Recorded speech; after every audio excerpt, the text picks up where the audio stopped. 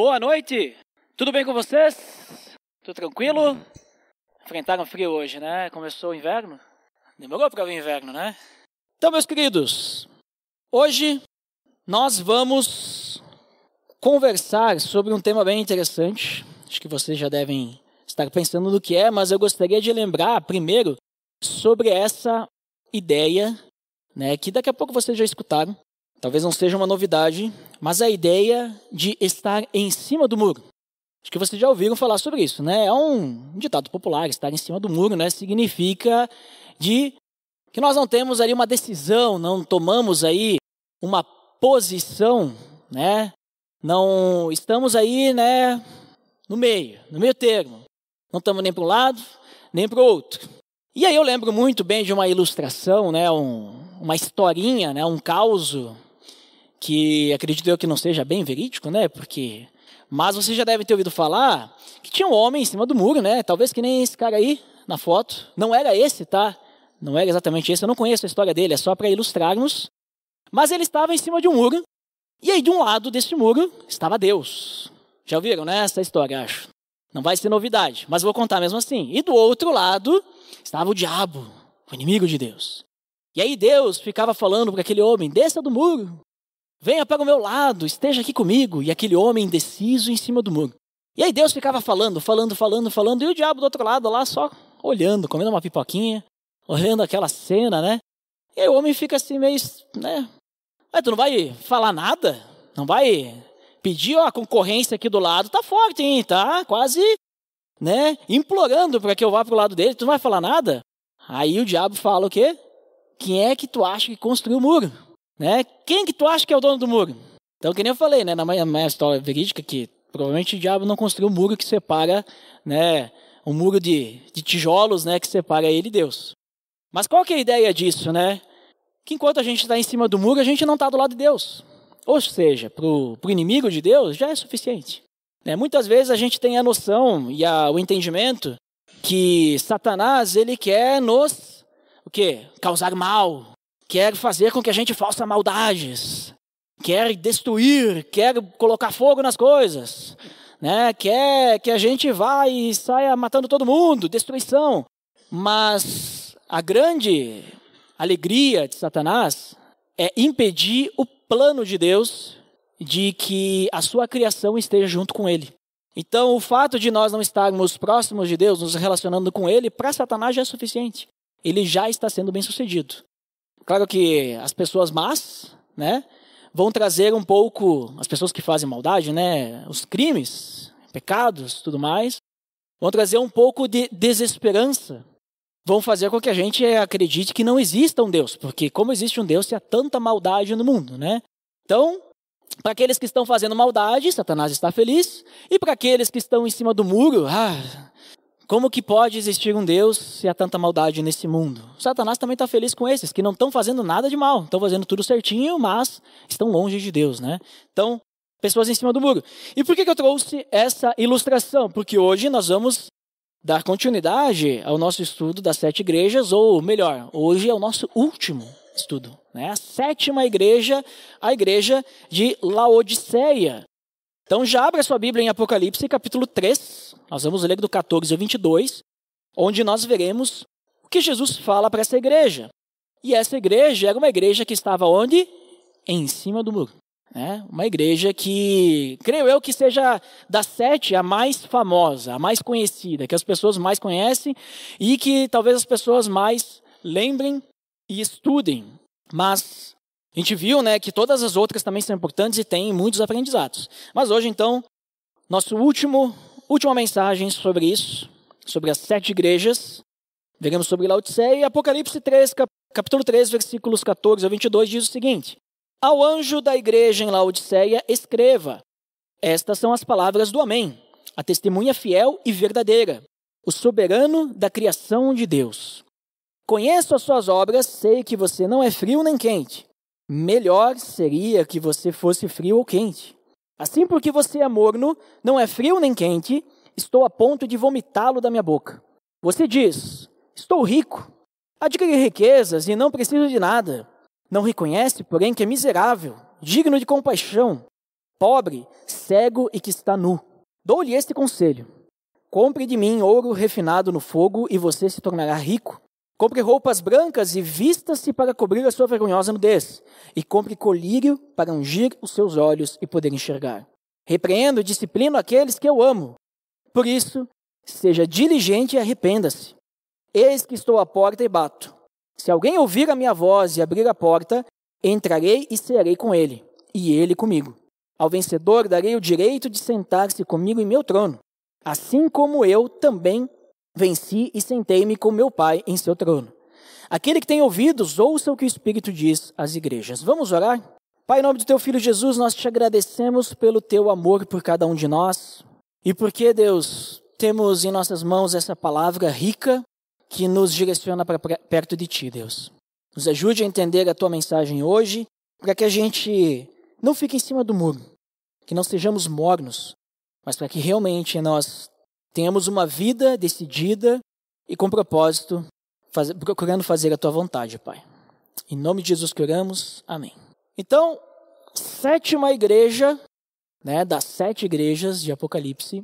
Vamos só lembrar mais uma vez o padrão, que nós temos. Então, primeiramente, Jesus, nessas 7 cartas, nesses 7 endereçamentos, ele se diz para quem ele está se dirigindo, qual igreja. Depois, então, ele se apresenta, usando algumas características significativas. Depois, então, ele afirma o que é bom e correto naquela igreja. Só que tem um detalhe, nós acabamos de ler, nós vimos que Jesus não fala nada de bom de Laodiceia, É a única igreja em que Jesus não elogia nada das 7. Olha só que interessante. Talvez por isso que muitas pessoas estudam bastante sobre Laodiceia, sobre estar morno em cima do muro, Também porque se identifica com muitas situações da nossa vida hoje mesmo. Depois, então, ele repreende a falha daquela igreja, chama para o arrependimento e promete uma bênção ao vencedor, ou seja, aqueles que se arrependerem e perseverarem até o final. E depois, exorta para ouvirem o que o Espírito está dizendo às igrejas. O que o Espírito está dizendo para nós. E hoje, em ruínas, a igreja de Laodiceia se reunia na cidade de Laodiceia. Nós temos aqui, então, aquele mapa que vocês veem desde o início. Laodiceia, então, ficava nesta região aqui. Era a cidade mais rica da região da Frígia. A região da Frígia pegava mais essa região aqui. Lembra que a gente falou da região da Lídia? As outras igrejas aqui para cima. Então, dessa região era a cidade mais rica. E também era a cidade mais rica das 7 igrejas. Que João estava na ilha de Patmos, exilado, e mandou essa carta para percorrer, que nós vimos: Éfeso, Esmirna, Pérgamo, Tiatira, Sardes, Filadélfia, e agora então, por último, chegando, espero que a carta estivesse bonitinha ainda, não estivesse rasgada nada, mas chegando em Laodiceia. Porque eles precisavam bastante escutar esta carta, ler e escutar, E Laodiceia, essa cidade, nós vamos perceber que muito importante nós conhecemos um pouquinho da cultura dessa cidade, porque o que Jesus fala, ele fala levando em consideração essa cidade. Era uma cidade conhecida pela sua produção de lã preta, uma lã preta e brilhante, não opaca, era uma lã que eles faziam muitos tecidos com esse material, também por seus serviços bancários. E pelos seus produtos, utilizando pó frígio. Já ouviram falar? Nunca tinha ouvido falar. Mas eles utilizavam esse pó frígio misturado com óleo para fazer o quê? Remédios para o ouvido e para os olhos. Colírio, pomadas para os ouvidos. Então, eles eram muito conhecidos por causa disso.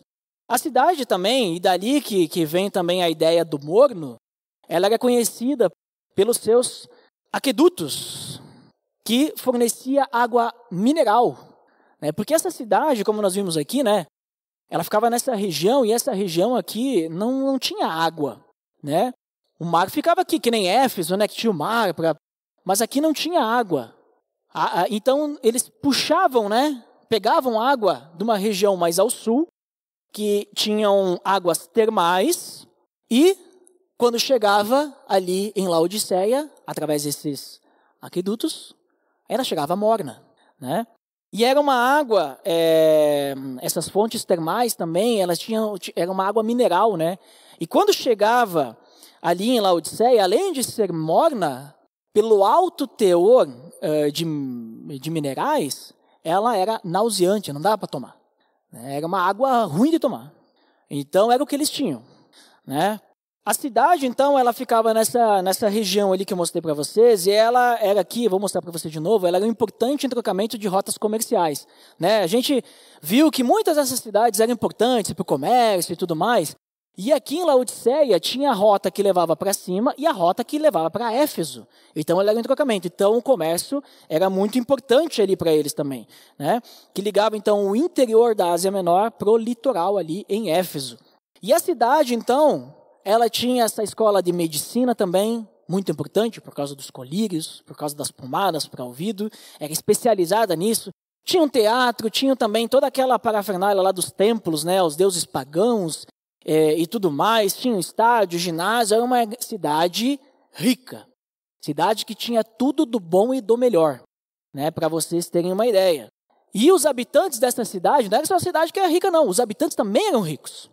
A gente tinha, que nem eu falei, eles eram conhecidos pelos bancos, né? Então a gente tinha bancários ali, pessoas ricas de dinheiro. A gente tinha pessoas, romanos, né, milionários vivendo nessa cidade. Né? Eram pessoas realmente de posse, de dinheiro. Inclusive, até mesmo a comunidade judaica era muito próspera nessa cidade. Bem antes dos romanos virem. Eles já eram prósperos antes, já estavam ali antes. E para vocês terem uma ideia do nível dessa cidade de riqueza, lembra que teve um terremoto em 17 depois de Cristo que destruiu a maior parte dessas cidades ali, né? E aí, inclusive em algumas igrejas atrás eu comentei que os romanos, né, o Império Romano, então o governo ajudava a reconstruir essa cidade, mandando recursos, não cobrando impostos e tudo mais. Nesse terremoto receberam ajuda. Tempos depois, em 60 depois de Cristo, essa cidade sofreu um outro terremoto. E eles recusaram ajuda. Não, a gente não precisa de ajuda. Nós somos ricos, nós somos bons o suficiente para reconstruir a nossa própria cidade. Nós não precisamos de ajuda nenhuma. Nós não precisamos ficar devendo para ninguém favor, que nós somos autossuficientes. Né? Então, aí vocês já começam a pegar um pouquinho da ideia de que cidade, que tipo de pessoas que essa igreja reunia. Pessoas de alto escalão aí, riqueza, ricos, né? Pessoas que não precisavam de ajuda de ninguém. Pessoas que se achavam autossuficientes. Imagina você evangelizar alguém que acha que não precisa de mais nada. Difícil, né? Jesus falou sobre isso quando ele disse que é mais fácil passar o camelo pelo buraco da agulha do que um rico entrar no reino dos céus. Imagina como é que estava a situação dessa igreja aí. Mas nós vamos ver melhor sobre isso. Mas, começando ali do início do que nós lemos, então Jesus direciona a carta à igreja de Laodiceia e ele se identifica primeiro dizendo que ele é o Amém. Como assim? Essas são as palavras do Amém. Amém não é aquilo que a gente fala quando acaba uma oração? As palavras do Amém. Quer dizer que quando a gente está falando Amém no final da oração, a gente está falando Jesus? Não é isso. A palavra Amém é uma palavra de origem hebraica. Né? Apesar de esse texto não ter sido escrito em hebraico, mas é uma palavra que foi herdada e se manteve igual. Até hoje nós utilizamos a mesma palavra. Então, se você achava que você não sabia falar uma outra língua, aí, ó, Amém tem uma origem hebraica. Olha só. E o que significa Amém? Até para nós sabermos, né, o que a gente está falando, né? Isso é importante. Quando a palavra Amém ela vem no início de uma frase, de uma afirmação, ela está querendo dizer certamente, verdadeiramente. Então vocês vão lembrar nos evangelhos, quando Jesus falava em verdade vos digo, né? Dependendo da tradução, em verdade digo. Quando ele está falando em verdade, se vocês forem olhar no original, ele está dizendo amém, amém. Só isso. Diz amém, amém, e aí, né? A frase que ele vai dizer. Então, amém no início significa verdadeiramente. Então, em verdade, verdadeiramente, o que eu vou falar agora é realmente uma verdade. Né? Então, prestem atenção. Quando ela vem no final de uma frase, ela pode ser entendida como que assim seja. Então, no final, quando a gente fala alguma frase, amém, então que assim seja. O que a gente acabou de falar é isso que é a palavra verdadeira e que seja feito dessa forma e que aconteça realmente como a gente falou. Por isso que nós falamos amém no final da oração. Né? Por isso que nós dizemos, então, que assim seja. Né? É isso que eu queria te pedir, Deus. É isso que eu queria confessar a ti, Deus. É isso que eu queria falar para ti, Deus, para te glorificar. Que assim seja. Amém. Então essas são as palavras daquele que é a palavra final. A conclusão de tudo, a autoridade absoluta, a verdade absoluta de todas as coisas. Porque Jesus é a verdade. Nós vimos isso, nós estudamos sobre ele é o caminho, a verdade e a vida. E falamos durante uns 40 minutos só sobre Jesus ser a verdade. Ele é a verdade. Mas ele diz também que ele é a testemunha fiel. Olha só. O que isso significa? Além de ele ser verdadeiro, ele é aquele em que nós podemos confiar. Que ele é a testemunha fiel. Aquele que realmente tem o verdadeiro testemunho sobre o Pai. E qual que é a vontade do Pai para os homens? Então podemos confiar no que ele vai falar, no que ele está falando. Né? Ele fala a verdade em cada uma das promessas e advertência que ele faz. E ele diz também que ele é o soberano da criação de Deus. Então isso significa que ele está dizendo que ele está acima de todos, ele é autoridade sobre tudo. Ele é o soberano sobre a criação de Deus. Isso corrige também uma heresia que estava acontecendo aí em volta, né? Aparentemente acontecendo em Laodiceia e também em Colossos. Se você ler a carta de Paulo aos Colossenses, você vai perceber que Paulo ele vai ser bem enfático e deixar bem claro, né, que Jesus ele é Deus e Jesus não foi algo que foi criado, mas Jesus sempre existiu. Né? Colossenses 1, ou melhor, Colossenses 1, se eu não me engano, ele vai falar sobre isso. Ele é o princípio e o fim. Né? Ele estava lá desde o início. Né? Tem aquela música que a gente canta, ele é a imagem do Deus invisível, ele já estava lá no início. Então, ele é soberano sobre a criação. Ele não foi criado, ele é o princípio da criação, ele é o primogênito da criação, ele estava lá no início e ele é o ser supremo que não foi criado ali, agora, quando veio para a Terra. Né? O corpo físico dele, talvez, porque ele nasceu de uma mulher. Mas Jesus já existia antes, né? Então, como Deus, ele é o princípio, ele não teve um princípio. Então, ele já está deixando bem claro, né? Também até como diz em João capítulo 1, versículo 3, todas as coisas foram feitas por intermédio dele, e sem ele nada do que existe teria sido feito. Todas as coisas foram feitas por intermédio dele. Então, Jesus, nós podemos confiar que ele é Deus e que ele estava no início e que ele é o nosso Salvador, ele é verdadeiro. E tudo o que ele vai falar a partir de agora é a verdade, é a realidade. Então Jesus ele fala o seguinte, conheço as suas obras, né? Lembrando sempre, todas ele fala isso, né? Conheço as obras, nada passa despercebido por Jesus. A gente não consegue esconder nada de Jesus, né? E ele conhece todas as coisas, e aqui então nós já vemos a repreensão. Lembra que não tem elogio para essa igreja. Então vemos a repreensão. Ele vai dizer que você não é frio, você não é quente, você é morno. Né? O que significa que eles eram mornos? E aí lembra dos aquedutos. Né? Jesus ele já começa a utilizar a realidade deles para dizer, olha, vocês são... Lembra dos aquedutos? Lembra da água que vocês têm aí? Não dá para beber, né? Vocês são exatamente assim. Vocês são exatamente assim. Me causa náuseas. Né? Ele diz, eu estou a ponto de vomitar vocês. Não consigo aguentar. Não dá para engolir vocês do jeito que vocês estão. Por quê? Porque vocês são mornos. O que é ser morno? Significa que eles eram indiferentes no crescimento da fé e na propagação do evangelho. Significa que eles não faziam diferença nenhuma onde é que eles estavam. Eles estarem ali não estar, não fazia diferença. Tem igreja em Laodiceia? Tem? Tem um pessoal lá, né? Mas estão lá, né? Não faziam diferença, não existia nada ali que trouxesse o calor do Espírito Santo. O calor da mensagem da salvação. Eles estavam aonde? Em cima do muro. Eles não se posicionavam. Eles não tinham uma posição fixa e firme, fiel a Deus. Né? A gente percebe que ali ao redor, inclusive de onde vinham essas águas mornas, né, era Irápolis. Lá tinha as águas termais. Alguém já foi para a água termal? Eu nunca fui. Mas dizem que, inclusive, é o que se fala que as águas termais, elas são boas para a saúde. Né? Ajudavam em alguns tipos de tratamento, inclusive porque eram águas minerais. Então eram boas para a saúde, talvez para a pele, não sei. Eu não entendo dessa área, tá, gente?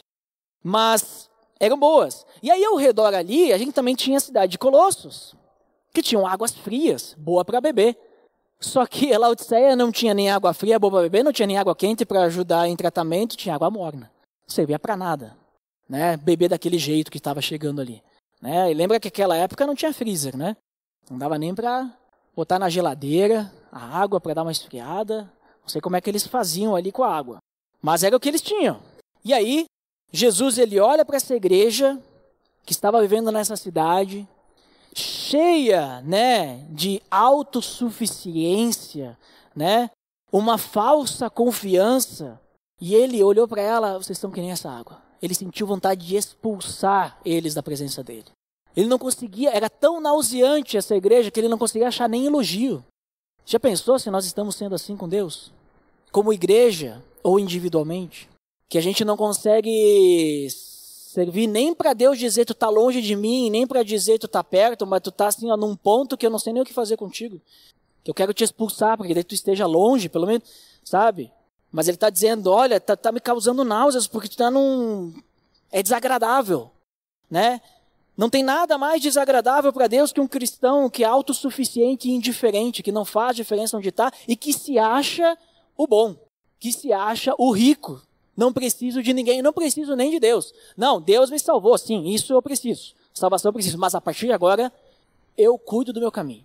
Né? Nossa igreja aqui é autossuficiente, não precisamos de ajuda de outros cristãos, nós somos individuais.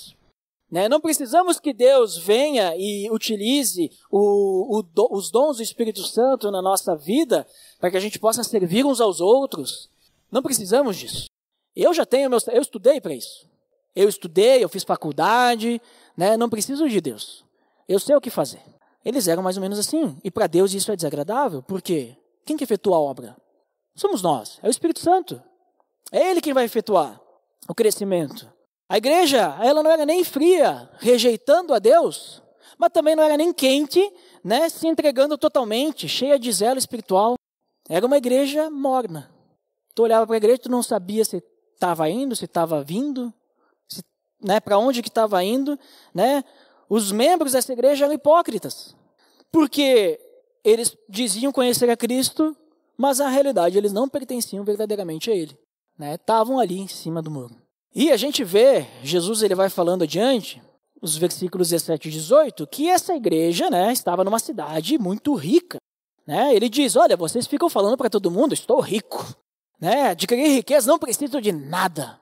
Tudo que eu tenho já é suficiente e se eu precisar de algo, eu conquisto. Vou atrás. Deixa comigo que eu vou conseguir sozinho. Né? E ele diz, não reconhece, porém, que é miserável, digno de compaixão. Né? Eles estavam tão mal que eles eram dignos de compaixão. Tipo, tenho pena de vocês. Que vocês não estão nem vendo onde é que vocês estão. Pobre, cego, que está nu. Eles eram, então, estavam numa cidade rica, materialista, se orgulhavam de todas essas coisas. Do quê? Olha só como é interessante que Jesus ele vai traçar o paralelo, né? Eles estavam numa cidade, né? Que eram muito rica, mas também que tinham seus tecidos, né? Tecido a gente usa para quê? Para se cobrir, né? Tinha os seus colírios, que a gente usa colírio para quê? Para tratar coisas dos olhos, para nós vermos o melhor, né? E eles se achavam fortes, independentes, mas só que Jesus, nada passa despercebido de Jesus. Ele via a realidade deles, né? Eles se achavam, mas não eram, né? Lembra ali que eu comentei que a cidade passou pelo terremoto, e não quero ajuda de ninguém, eu vou me reedificar aqui, né? Vou reconstruir com recurso próprio, refletindo, inclusive, essa autossuficiência deles. Né? A realidade é que eles precisavam se purificar dessa soberba, né? Desse orgulho, e buscar a humildade e a justiça que só pode ser obtida com Jesus Cristo. Só pode ser obtida em Cristo. Né? Eles eram... Né, pensando assim, hoje, analisando, creio que eles eram uma igreja de rico, que só queria socializar. Nós conhecemos o Evangelho, daí nós nos reunimos para socializar, para vermos como é que estão os seus negócios, como é que está a sua empresa. Veja bem, né, os funcionários lá, né, estão pedindo coisas, mas não tá fácil, né? Não tá fácil essa nossa vida, né? Tá tudo muito difícil, com milhares de dinheiros no banco, né? Não tá fácil, né? Olha só o meu funcionário lá me processando. Igreja de rico, e estavam ali não se importando com a vida uns dos outros, não se importando em buscar outras pessoas, né? Era o pessoal aí, estamos bem, né? Talvez só na superficialidade, sabe? Era um clube social quase, um clube. Mas perante Deus, eles não eram a última bolachinha do pacote, assim como eles achavam, né? Nós somos os bons, né? Não era. Até porque, se a gente analisar, sobre o Evangelho, né? Se eles achavam bem isso, se era isso que eles achavam, já não tinha entendido o Evangelho, porque o Evangelho não se vive sozinho. Nós precisamos de comunidade, de comunhão. Não é socializar, é comunhão. E tem diferença. A gente socializar e termos comunhão. Existe uma grande diferença nisso, né? Então, primeiro Jesus, ele vai fazer o quê com essa igreja? Ele vai demonstrar que o orgulho e a soberba deles era por algo falso, né? Ele vai dizer para eles, vocês não estão reconhecendo a realidade de vocês, vocês não são nada disso. E ele vai fazer um paralelo, então, com o que eles tinham, né? Que era, então, as riquezas, tecido, colírio, né? A autossuficiência deles que eles tiravam ali, a cidade. Ele vai fazer um paralelo mostrando aquilo que ele podia oferecer, né? Vocês se acham suficientes, mas olha só, deixa eu dar um conselho para vocês. É o que ele diz no 18, né? Dou-lhes este conselho. Deixa eu dar um conselho. Então, analisando que vocês se acham ricos, eu vou falar onde é que vocês vão obter riqueza. Analisando que vocês se consideram, né, grandiosos, porque vocês têm os tecidos de vocês, né? Os tecidos, né? A lã preta. Deixa eu mostrar o que é um tecido real. Aquilo que está faltando para vocês cobrirem a nudez de vocês. Analisando que vocês se orgulham das escolas de medicina, do colírio que vocês produzem para tirar a cegueira dos outros, deixa eu mostrar como vocês estão cegos e onde é que vocês vão obter um colírio real que vai tirar essa cegueira, né? Então Jesus, ele oferece conselhos. E ele diz, esses conselhos para quê? Para guiar a igreja de volta à comunhão com Deus. Uma comunhão para ter um relacionamento íntimo. E percebam a palavra comunhão. Não é só para dizer nós conhecemos a Deus e nós temos Ele como a nossa salvação. Não, comunhão, ter um relacionamento íntimo com Ele. Então ele sugere que eles comprem o quê? Dele, ouro refinado. E aí eles vão se tornar ricos, né? Porque a verdadeira riqueza espiritual a gente só obtém em Deus. Não é o que a gente tem de material aqui que nos torna ricos. Sem Deus, nós somos, como ele diz, miseráveis, pobres, dignos de compaixão. Aí ele diz o que mais? Comprem também de mim roupas brancas e vistam-se para cobrir a sua vergonhosa nudez. Porque é só Deus, exclusivamente Ele, que lava os nossos pecados. Só Ele que pode nos fornecer essa veste, essa roupa, para sermos considerados puros, né? Nos vestirmos com a veste de pureza de Cristo e com os seus atos de justiça. E ele fala o que mais?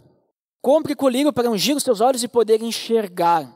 Porque só Jesus, ele pode curar a nossa cegueira e nos permitir enxergar, nos trazer novamente a visão para que a gente possa enxergar para curar a nossa cegueira espiritual. Né? Não é a gente ver que nem eu estou vendo vocês, né? E se eu colocar o óculos eu vou ver ainda melhor. Não é isso. Mas essa cegueira espiritual que eles estavam vivendo, né? Que aflige aqueles que são orgulhosos, que se acham autossuficientes, que acham, infelizmente, né, triste isso, que acham que vão vencer o pecado. Que se lutar muito, vão vencer aquele pecado que está incomodando, aquilo que está fazendo afastar de Deus. A gente não vence com as nossas próprias forças. A gente precisa de Cristo.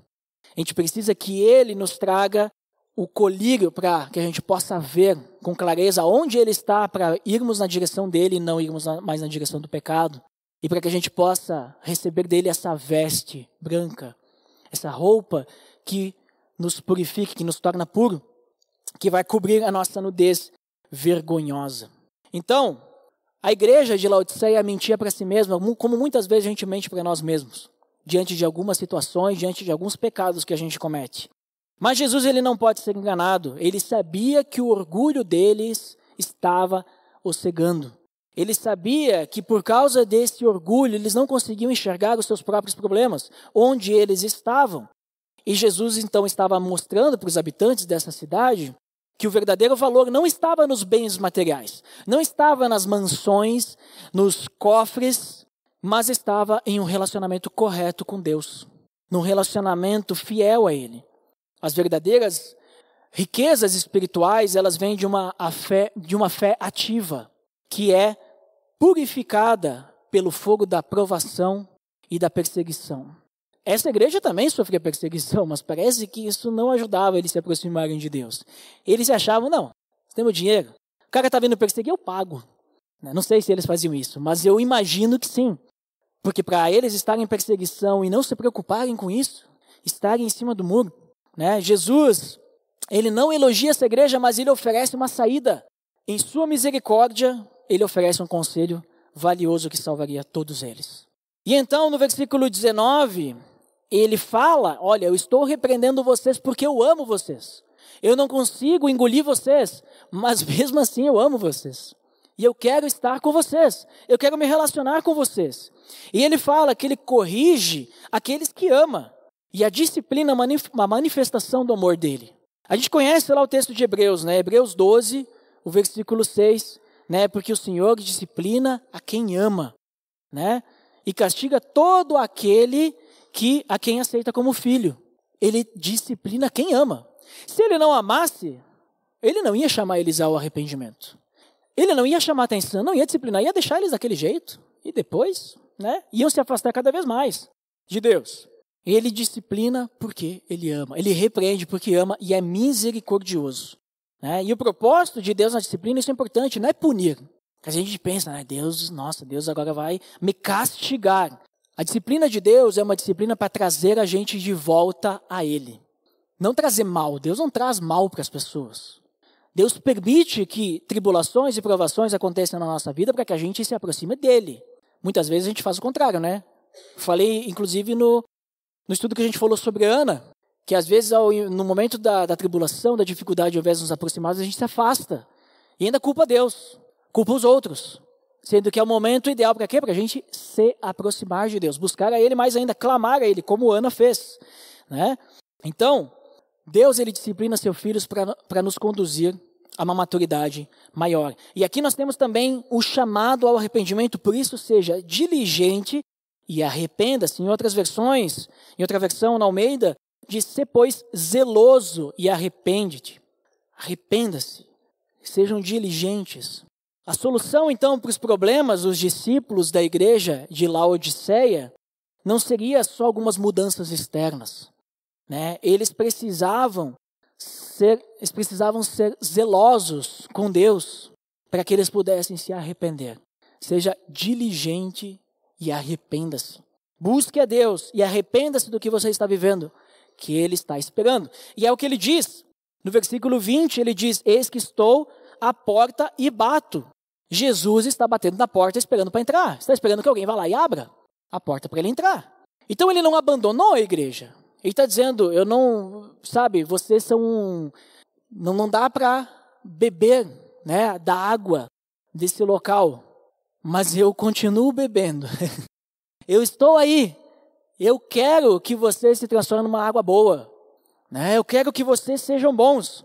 Numa água quente, vamos dizer assim, para fazer um chimarrão.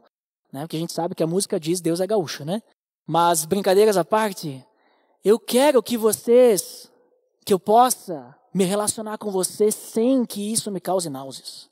Que vocês realmente estejam comigo, em comunhão. Vocês estão me deixando do lado de fora.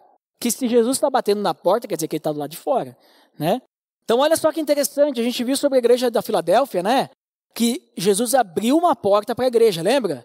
Que eles estavam num local que era bom para evangelismo, então essa porta foi aberta para eles falarem do evangelho. Só que a igreja de Laodiceia é o contrário, não é nem Jesus que abriu, fechou, foram eles mesmos que colocaram uma porta na frente de Jesus. Deixaram Jesus do lado de fora. Só que olha só que interessante, ele diz, "Eis que estou à porta e bato. Se alguém ouvir a minha voz e abrir a porta, entrarei e serei com ele e ele comigo." Jesus não força a porta. Jesus não arromba a porta. Ele não vai derrubar a porta. Ele respeita a nossa posição. Porque está dizendo, olha, eu estou fazendo tudo o que eu posso por vocês. Só que eu preciso que vocês se entreguem. Né? Vocês já me conhecem. Só que vocês estão querendo viver sozinhos. Né? Vocês se trancaram aí no quarto de vocês e estão querendo fazer as coisas do jeito de vocês. Eu estou aqui na porta, eu quero ajudar vocês a fazer isso. Eu quero ajudar vocês nessa caminhada. Não me deixem de fora. Mas aí é com vocês, né? No momento que a gente se converte, nós temos a liberdade de fazer o que é de Deus e fazer o que não é de Deus. O pecado, errar o alvo, né? E ele dá essa liberdade, mas só que nós precisamos abrir a porta. Eu estou batendo na porta. E a igreja de Laodiceia, como a gente já falou, e eu vou repetir muitas vezes sobre isso até o final da nossa mensagem. Ela era rica, complacente, né? Satisfeitas com os prazeres materialistas. Né? É aquele tipo de pessoa se reunir nessa igreja, tipo que não tem tempo. Não tem tempo para evangelizar, não tem tempo para fazer um discipulado, não tem tempo para discipular alguém, para acompanhar alguém, para participar de um ministério. Sabe por que não tem tempo? Não é porque trabalha demais, é porque fora do trabalho daí eu tenho que ir para a minha academia, eu tenho minha aula disso, eu tenho minha aula daquilo, aí eu vou para o Pilates, eu vou para o yoga, sei lá, vou para o curso de tênis, curso de vôlei, curso de esgrima, curso de, sei lá, artes marciais. Aí o cara não tem tempo mesmo, né? Porque tudo é mais importante do que Deus, né? Ou então, ele não faz curso de nada, não se ocupa com nada, mas que sabe o que é? Eu não tenho tempo. É que saiu lá na Netflix uma série nova. Aí, 8 horas da noite lá em casa é hora de ver a série. Não dá. Não tem tempo para mim participar e acompanhar alguém. Eu não tenho tempo. Né? Eu tenho que ver a série. Né? Ou eu tenho que fazer isso, sabe? Eles eram, então, uma igreja que se satisfazia com as coisas materiais. E aí, realmente, eles não precisavam de Deus, porque estava tudo bom. Né? Eles estavam bem ocupados. Né? Não tinham tempo. Estavam ocupados demais para perceber que Jesus estava batendo na porta. Né? Cristo bate ali na porta, forte, porque não sei o peso da mão de Jesus. Mas eles não escutavam, porque estavam ali de fone de ouvido, estavam ali assistindo uma televisão, estavam ali fazendo milhões de atividades, né? E não conseguiam perceber. E o contexto disso exige também que a gente interprete que se Jesus estava procurando entrar nessa igreja, que leva o seu nome, significa que essa igreja não tinha nenhum cristão fiel, né? Nenhum que realmente estava no caminho de Jesus. E essa carta de Apocalipse com o endereçamento para a igreja de Laodiceia era a forma de Jesus bater na porta. Era o que Jesus estava dizendo, olha, vocês estão assim, e eu estou avisando vocês. Está aqui a chance. Arrependam-se, né? Se um membro reconhecesse a situação em que eles estavam, a falência espiritual, e respondesse com uma fé salvadora, Cristo ele entraria nessa igreja. Porque uma pessoa iria abrir a porta, né? E através dessa pessoa, certamente, ele ia começar a efetuar um avivamento, né? Uma palavra que a gente volta e meia escuta. O mais espantoso, como eu falei, que Cristo está do lado de fora. Mas ele está batendo, esperando que alguém abra. Ele é gracioso, ele quer entrar, né? Ele apela para que esses cristãos que estavam vivendo de uma forma mundana, para que eles se arrependam e voltem-se a Deus. E se a porta for aberta, ele diz, eu entrarei e serei com ele e ele comigo. Eu terei comunhão com vocês. Terei comunhão com vocês. Teremos coisas em comum. Iremos para a mesma direção. Depois, então, chegando ao final, Jesus, ele dá a bênção, né? Ele promete a bênção àquele que perseverar, ao vencedor. Olha só que interessante isso. Ao vencedor darei o direito de sentar-se comigo em meu trono. Então, quem perseverar, percebam que a mensagem de bênção para todos é a mesma, né? Passaremos a eternidade com o Pai. Mas cada um ele dá um detalhezinho diferente. E nesse aqui a gente vê que quem perseverar, o vencedor, além de passar a eternidade com Deus, não vai só passar a eternidade, mas vai governar junto com Cristo. Né? Terão o privilégio, os vencedores, de reinar com Cristo na eternidade. E essa honra não vai ser para os orgulhosos, para os autossuficientes, vai ser só para aqueles que forem humildes e obedientes. Aqueles que reconhecerem que precisam de Deus em todas as situações da sua vida. E ele dá o próprio exemplo. Eu mesmo, sentei-me, também venci, sentei-me com meu Pai em seu trono. Por quê? Porque Jesus foi obediente ao Pai até o final, até a sua morte, e morte de cruz. Né? Até o final ele foi ao Pai para ser exaltado no céu. E lá ele está. Somente os obedientes vão governar com Cristo. E ele já tinha prometido isso, sabia? Não é só aqui que ele fala isso, ele já tinha prometido. Olha só que interessante o que ele fala em Mateus, no capítulo 19, versículo 28. Jesus lhes disse: digo-lhes a verdade, por ocasião da regeneração de todas as coisas, quando o Filho do Homem se assentar em seu trono glorioso, vocês, que no caso de Jesus, né, o Filho do Homem, vocês que me seguiram também se assentarão em 12 tronos para julgar as 12 tribos de Israel. Estaremos com ele lá para julgarmos tudo. E depois, finalizando novamente a exortação para ouvir o que o Espírito diz às igrejas e para nós também. Então, nessa carta à igreja em Laodiceia, Jesus, ele não cita, percebam isso, que ele não cita nenhuma doutrina errada, ele não cita nenhum pecado de imoralidade, ele não fala sobre a relação deles com os pagãos, né? Ele não está falando ali sobre que eles estavam se deixando levar, ou eles estavam deixando doutrinas falsas entrarem, né? Ele não está condenando essa igreja por idolatria, apesar de que não deixa de ser uma idolatria deles, né? Mas não aquelas práticas idólatras de cultuar os outros deuses, as imagens. Não está condenando essa igreja por nada disso, né? Olha só que interessante. Mas essa igreja que se achava rica e forte, ela foi criticada por ser orgulhosa e se achar autossuficiente. Muito próxima à igreja de Sardes, né, que se reunia lá no topo, também se achavam os bonzão, mas não eram. Mas no caso de Laodiceia a coisa é um pouquinho mais embaixo, porque ela se exaltou ao invés de se humilhar diante do Senhor dos Senhores. E da mesma forma, percebam que não existe aqui imagens, não existe imoralidade, existe aqui materialismo, existe aqui riqueza. E a gente também pode cair nisso. A gente também pode achar que Deus não precisa se meter nos nossos negócios. A gente também pode achar que Deus não tem que botar o dedo lá na nossa empresa. Ou, se nós formos funcionários, não pode se meter na forma como eu trabalho. A gente pode achar que Deus não tem que se meter na nossa casa, na forma como eu cuido da minha família, como eu educo meus filhos.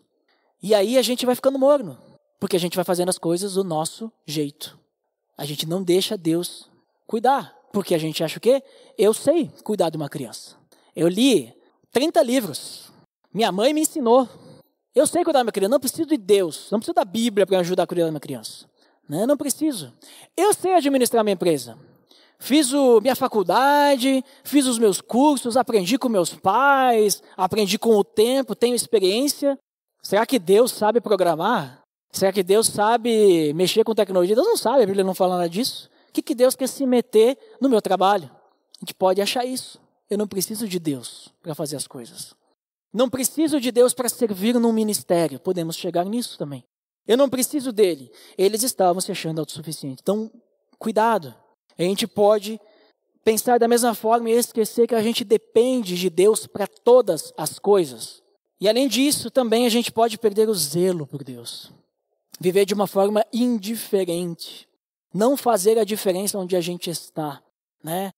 Não termos frutos, que só se nós deixarmos Deus trabalhar nas nossas vidas, teremos, né? Deixando talvez Jesus do lado de fora da nossa vida. Trancar a porta. Deixar ali, aqui dentro desse quarto, o que acontece é só eu. Eu, minha esposa, eu e meus funcionários, eu e minha televisão, eu e o meu ministério, né? E a gente não percebe que tudo isso não é nada nosso. Não é meu, é de Deus. Não é minha família, é a família que Deus me deu para mim cuidar, para mim amar, né? A empresa que Deus me deu para administrar. Por mais que você se esforçou, por mais, nossa, tem toda uma história, olha tudo que eu conquistei. Será que você conquistou sozinho? Mas eu não conhecia Deus antes. Será que Deus não te deu essa oportunidade para que hoje você estivesse numa situação agora e conheceu a Deus agora e dependesse dele? Através daquilo que você tem, com os seus recursos. Ele quer entrar no teu coração, no meu coração, no nosso coração. Ele estava pedindo lá, ele quer entrar e ter comunhão com a gente. Ele está batendo a porta, ele quer entrar. Então, se ele está do lado de fora, deixa ele entrar. Se ele está contigo, não deixa ele sair. Não deixa. Mantenha-se em comunhão com ele. Que a gente possa focar naquilo que realmente importa, sermos zelosos, nos mantermos firmes na fé. Que a gente possa manter esse foco. Então, gente, esse é o último estudo sobre a série das 7 igrejas. E, na minha opinião, foi bem enriquecedor estudar cada uma delas, cada um desses trechos, né, perceber como que eles ainda se aplicam à nossa realidade hoje. Há tanto tempo foi escrito isso, e ainda se aplica, servem de alerta para a gente não cair nos mesmos erros e motivar a gente a crescer em unidade para a gente ser semelhante a Cristo. Observar os elogios e buscarmos também sermos fiéis, né, como os elogios que a gente tem das outras. Nessa a gente não teve nenhum, mas as outras tiveram, né? Evitar os erros, nos motivar a nos aproximarmos mais de Deus e lembrar, manter sempre acesa essa chama da esperança de que o vencedor estará na eternidade com o Pai, para governar com Ele, para estar na presença dEle, para desfrutar desse relacionamento íntimo com Ele na eternidade. Que a gente possa realmente, como em todas elas, como Jesus fala, que a gente possa ter ouvidos para ouvir o que o Espírito fala, o que Ele está dizendo. E que isso não entre por um ouvido e saia pelo outro, mas que entre pelos nossos ouvidos e penetre nos nossos corações. E que a gente mantenha isso aceso, forte. Possamos ser zelosos com essa palavra.